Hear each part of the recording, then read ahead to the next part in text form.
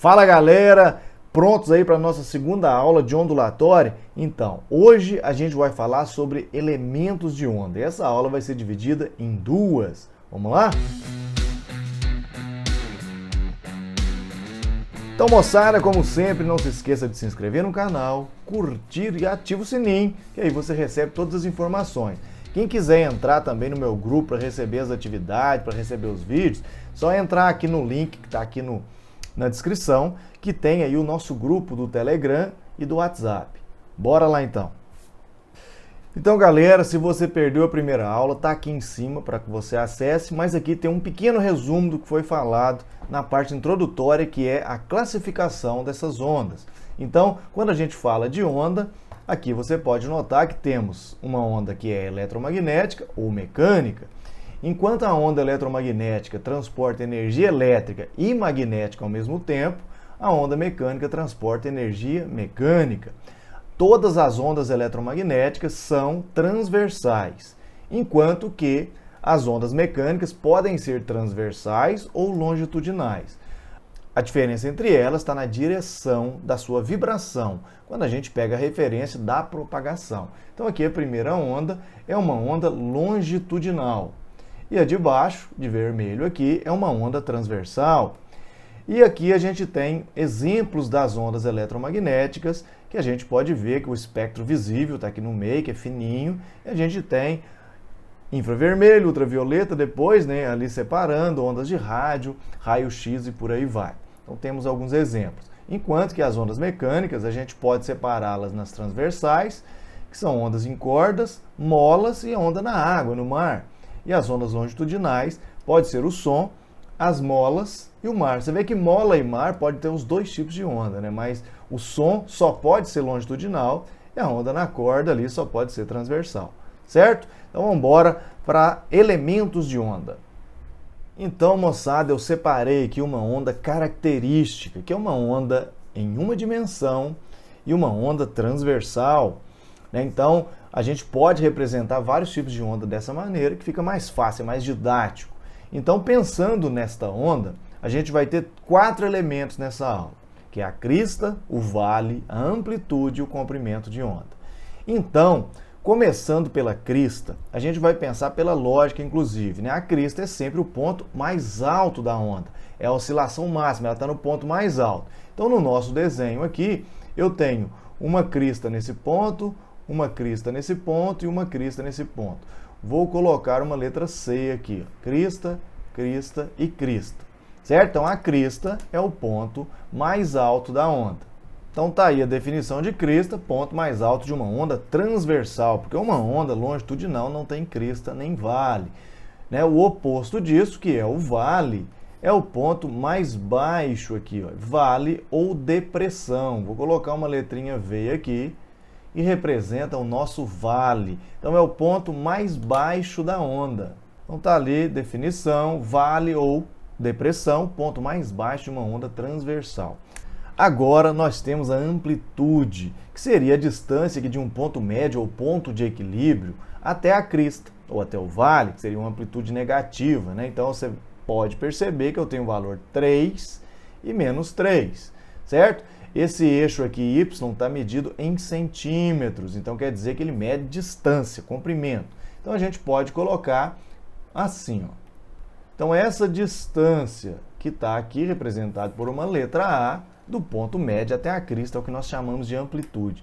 Isso é importante porque ela está relacionada com a energia que a onda transporta, certo? Quanto maior essa amplitude, mais energia ela transporta. Por exemplo, esses dois desenhos, como a gente pode observar, tem oscilações muito próximas, Desenhei aqui na mão.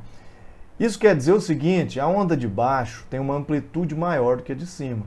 Isso quer dizer que essa onda transporta mais energia do que a de cima. Então, você tem uma energia transportada pela onda 1 e uma energia maior transportada pela onda 2. Então, aqui a gente pode dizer que eu tenho uma menor energia e uma maior energia. Então, definindo amplitude, aí a gente tem o deslocamento máximo em relação à posição de equilíbrio, que está associada à energia. Posição de equilíbrio porque vale para qualquer movimento oscilatório, certo? E por último, comprimento de onda. Comprimento de onda É a distância que a onda percorre durante uma oscilação. Então é só você pegar dois pontos consecutivos, dois pontos que se repetem as condições na onda, duas cristas, dois vales ou esses pontos médios, desde que obedeça a seguinte situação. Olha só, se eu quiser pegar do ponto aqui, ó, 2 centímetros, o próximo ponto respectivo a 2 não é o 6, é o 10. Essa seria a distância de um comprimento de onda. Então ali a gente tem uma onda completa, uma oscilação completa. Então a gente mede essa oscilação por uma letra grega que se chama lambda, que é o comprimento de onda. Então, definição, distância percorrida por uma onda durante uma oscilação, e a gente vai utilizar isso principalmente quando falar do espectro, né? Porque a gente tanto diferencia as ondas pela frequência ou pelo comprimento de onda, a não ser que tenha algum efeito e faça a mudança do comprimento. Para o mesmo meio, a onda pode ser definida em função desse comprimento também, assim como pela frequência. Então aqui eu tenho os elementos de onda principais, né? E a gente vai analisar em relação a essa amplitude, o que significa isso, né? Então a amplitude está relacionada com a energia. Então podemos aí calcular a potência de uma onda mecânica, por exemplo. Vamos ver como que fica. Então, galera, falando de potência e intensidade da onda, a gente vai analisar o seguinte: imagine uma fonte sonora emitindo uma onda esférica. Se você vier aqui, ó, e pegar esta área, à medida que ela vai percorrendo uma certa distância no tempo, essa área vai ficando maior. Porém, a energia emitida não muda. Então, ela tem uma potência constante. Então, imagine que ela tem uma emissão de potência. Vamos chutar aqui um valor de 100 watts. Então, imagine que eu tenho 100 watts de potência. E esse valor aqui, ó, emitiu, já era, né? Então não muda, ele pode até diminuir a energia, mas essa potência não. Assim, se a gente imaginar essa primeira área aqui, ó, na superfície, quando ela percorre uma distância, vamos supor 1 metro, quando ela está a 1 metro de distância, essa área pode ser verificada aqui, ó, ela é mais ou menos 4 vezes a primeira. Quando a gente chega aqui, ó, se a gente dividir essa terceira, a gente vai ver que ela é mais ou menos 9 vezes a primeira. Então quer dizer que eu tenho aqui, ó, a área 1, eu tenho 4 vezes a área 1 e aqui eu tenho 9 vezes a área 1. Dá para perceber uma relação com o quadrado. Então, se eu pegar uma distância aqui, ó, mais ou menos assim, a gente pode verificar que a gente tem uma distância D, vamos chamar tudo de D, D e D. Quando eu tenho, né, um aumento de 2D, o dobro da distância, a área aumenta 4 vezes. Quando eu tenho 3 vezes, a área aumenta 9 vezes. E agora, quando eu penso nisso, a gente vai fazer a seguinte análise, né? Isso aqui é uma esfera. Então, a área da esfera, aqui, ó, a área 4πr ao quadrado.